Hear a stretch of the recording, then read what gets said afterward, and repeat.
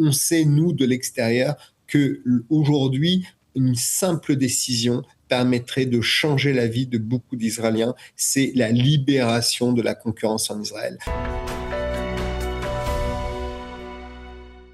Gilles Belaïch. Gilles, bonjour, merci beaucoup d'être avec Bonjour. nous. Vous êtes président du groupe Financial Partners et président de l'Agence mondiale de lutte contre le financement du terrorisme. Alors, on va commencer, Gilles, par ce premier sujet, le shekel qui se renforce.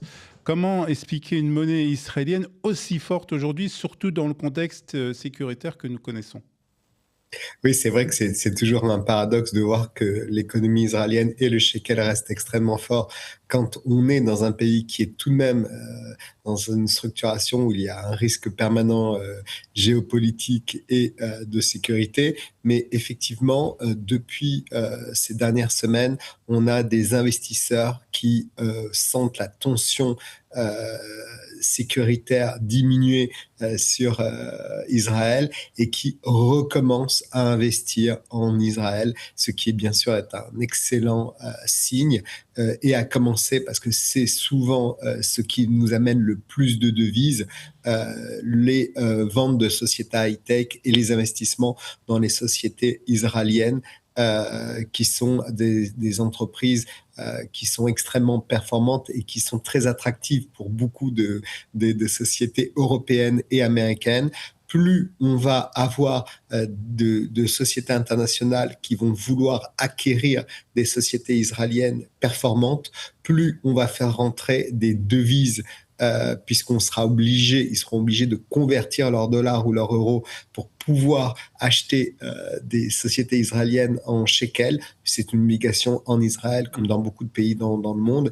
Et on va se retrouver avec des volumes d'investissement qui se comptent en milliards de dollars. Et l'économie israélienne est toujours aussi attractive pour les entreprises étrangères, que ce soit d'ailleurs dans la sécurité, que la high-tech habituelle, type télécommunications ou les high-tech qui intègrent bien sûr les données de l'intelligence Ouais. artificielle, on a une attraction qui est absolument incroyable. Donc ça, c'est vraiment le premier point et le retour des investisseurs étrangers. Donc tout ça, c'est des conversions pour acheter Ouais. du shekel et ça renforce le shekel par Oui. rapport aux autres monnaies. Parce que c'est ça qui est intéressant, c'est que c'est le shekel qui se renforce, c'est pas le dollar qui s'effondre, parce que le dollar ne s'effondre pas dans le reste du monde.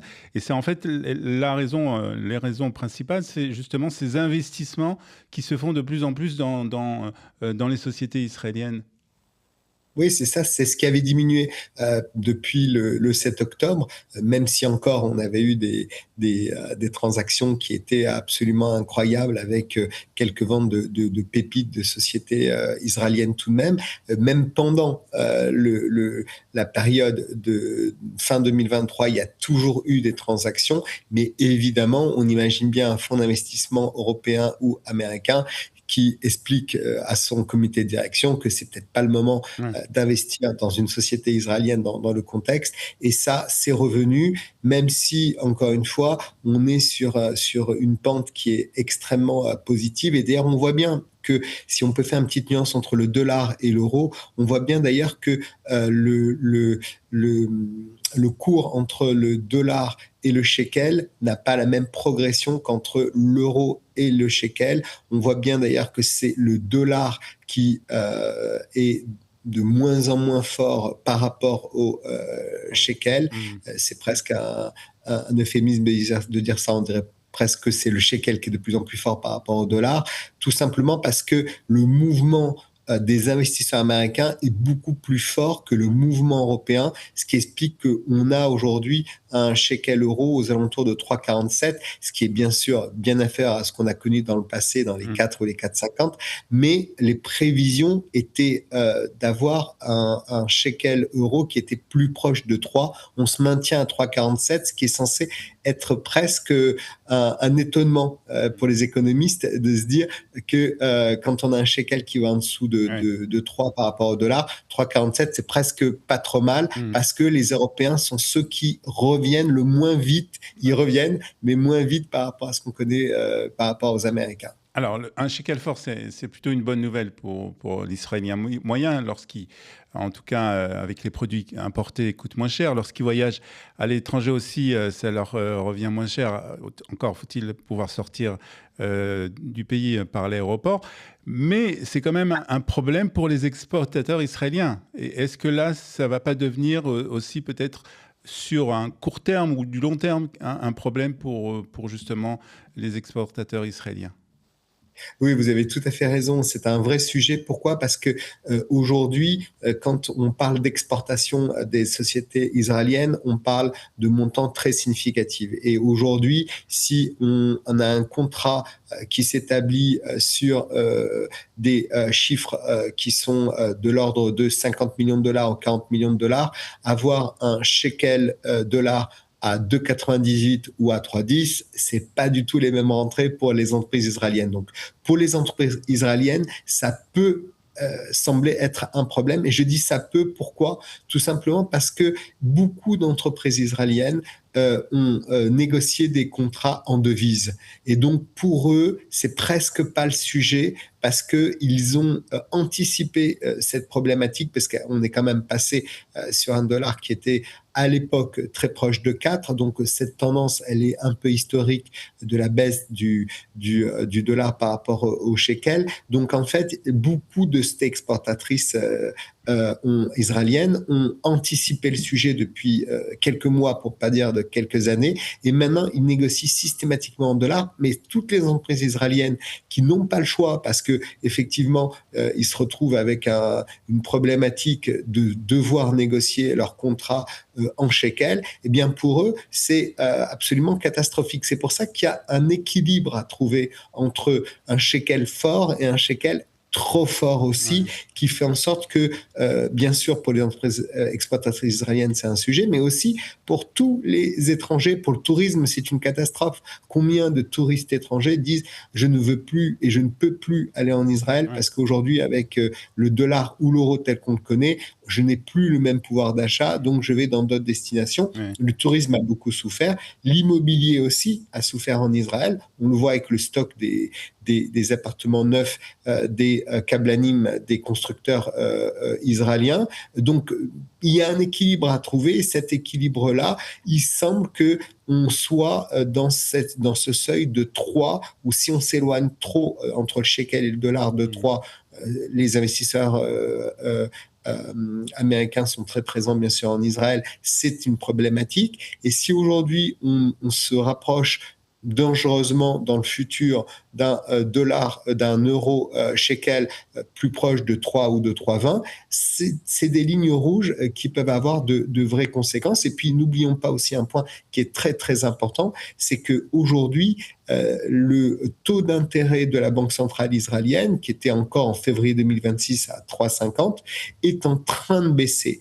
Et plus on va baisser le taux d'intérêt en Israël, mieux ça va être pour le consommateur israélien qui va payer moins cher son intérêt, mais moins on va avoir d'attractivité avec des investisseurs étrangers. Et donc, ça risque encore de peser sur le shekel par rapport aux autres monnaies.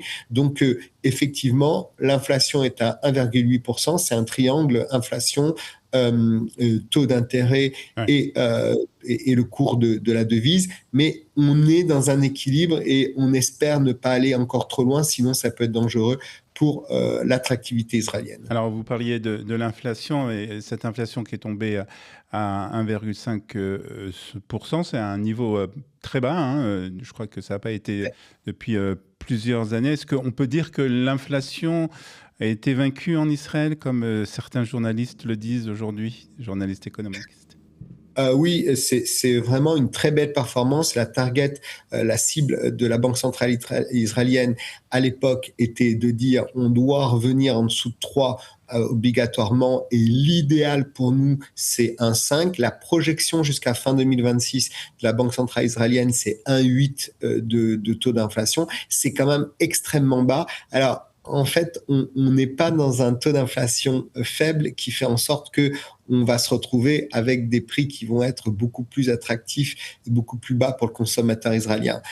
Les économistes israéliens ont la phrase suivante: une inflation baisse, c'est un prix qui augmente moins vite en Israël. Et c'est la réalité des choses, puisque on se rend compte que on devrait forcément avoir les deux critères qui nous aident pour avoir des prix plus bas en Israël. On parlait tout à l'heure, il y a quelques instants, de la baisse du dollar et de l'euro. Quand on sait que Israël est une entreprise importatrice de manière significative, si le dollar et l'euro baissent par rapport au shekel, ça devrait nous coûter bien moins cher d'acheter des voitures européennes, américaines. C'est pas le cas. Pareil pour l'alimentation, c'est pas le cas. Pour le textile, c'est pas le cas non plus. Et en fait, la Banque centrale israélienne donne ce ratio suivant. Quand on a 1% de gain sur le taux de change, on n'a que 0,25% qui s'impacte. Pourquoi? Parce que évidemment que quand on achète moins cher, c'est moins coûteux, mais une fois que le produit arrive au port de Haïfa, eh bien, on a la logistique israélienne, on a la main-d'œuvre israélienne, on a l'assurance qui coûte plus cher, on a le fret qui coûte plus cher. Donc tout ça arrive à se compenser et c'est ce qui fait en sorte qu'on ne voit pas pour l'instant d'effet direct, mais ça augmente moins vite et un 5, c'est une performance, et même 1,8 en fin 2026, on peut dire que c'est une vraie réussite de ce point de vue-là en Israël. Alors, comme vous le dites, ça augmente moins vite et c'est vrai que pour les ménages israéliens, c'est souvent très difficile, surtout dans ces périodes de vacances, dans ces périodes de fêtes. Et pour terminer, on ne peut pas vous demander votre opinion politique, mais est-ce que, d'une certaine manière, vous ne regrettez pas que ce sujet, justement, de la vie chère en Israël ne soit pas à l'ordre du jour de ces élections, de ces prochaines élections? On a l'impression, vous avez tout à fait raison, on a l'impression que c'est extrêmement secondaire, alors que c'est aujourd'hui ça, comme l'éducation, comme d'autres données, on met la sécurité en premier, le reste viendra, c'est ce qu'on dit, et c'est un vrai sujet pour les Israéliens. Mais on sait, nous, de l'extérieur, que aujourd'hui, une simple décision permettrait de changer la vie de beaucoup d'Israéliens, c'est la libération de la concurrence en Israël. On l'a vu à chaque fois qu'on a des secteurs qui sont concurrentiels. C'est le cas des télécoms, par exemple, avec à l'époque Golan Telecom. Chaque fois qu'on a plus de concurrents, on arrive à avoir un marché qui est beaucoup plus bas pour les Israéliens. Et c'est aujourd'hui ce marché dans lequel on a une dizaine d'entreprises de conglomérats qui maîtrisent quasiment l'économie israélienne, qui tuent tous les efforts qui peuvent être faits. Bonne nouvelle attendue au 1er septembre 2026 pour les consommateurs israéliens. La Banque centrale israélienne devrait baisser de 0,25 les taux d'intérêt. Ça aussi, c'est donc une réduction des mensualités à venir.